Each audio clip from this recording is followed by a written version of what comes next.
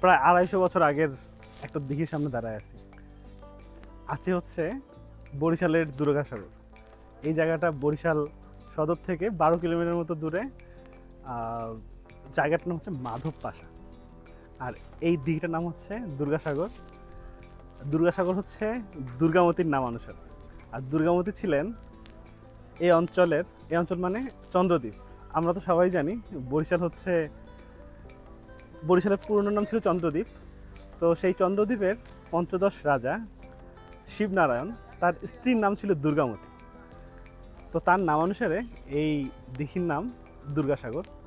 আর 1780 সালে সেই চন্দ্রদ্বীপের পঞ্চদশ রাজা শিবনারায়ণ এই দিঘিটা খনন করেন। এটার ইন্টারনেট দেখলাম, এটার আয়তন 27 একর। আর এর আশেপাশে যে জমি আছে সেটা সহ এই জায়গার আয়তনটা আরও বেড়ে যায়। তো এখানে এখন 1780 সালে এই দিঘি মূলত প্রজাহিতৈষী রাজাই প্রজাদের সুবিধার্থে খনন করেছিলেন, প্রজাদের মিঠা পানির সংস্থান করার জন্য। পরবর্তীতে স্বাধীনতার পরে এটাকে একটা পর্যটন কেন্দ্র হিসেবে গড়ে তোলা হয়। বর্তমানে বাংলাদেশ প্রশাসন অধিদপ্তরের দেখভালে আছে।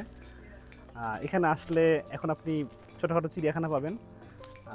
এটাকে এখন পাখির অভয়ারণ্য হিসেবে ব্যবহার করা হয়। ওই যে পিছনে দ্বীপটা আছে, এই দ্বীপটাতে শীতকালে বিভিন্ন অতিথি পাখি আসে। তো তখন এই জায়গাটা আরও সুন্দর হয়ে যায়। আমরা তো আসলাম গ্রীষ্মকালের শুরুতে, এখন বৈশাখ মাস, প্রচণ্ড গরম। এখন বিকেলবেলা বেশ সুন্দর লাগছে এখানে সময় কাটাতে। তো যারা বরিশালের আশেপাশে আছেন বা বরিশালে ঘুরতে আসবেন, তারা দুর্গাসাগর ঘুরতে আসতে পারেন। এখানে আসলে এখন অল্প কিছু পশু পাখিও দেখা যাবে, যেমন হরিণ, ইমু পাখি, তারপরে কিছু বানর। এখানে আসলে প্যাডেল বোটে ওঠার সুযোগ আছে। আর একটা ছোট্ট বিকেল কাটানোর জন্য জায়গাটা বেশ সুন্দর। আর যখন আপনি ইতিহাসের দিকে তাকাবেন, তখন এটার সিগনিফিক্যান্স আরও স্পষ্ট হয়ে ধরা যায়।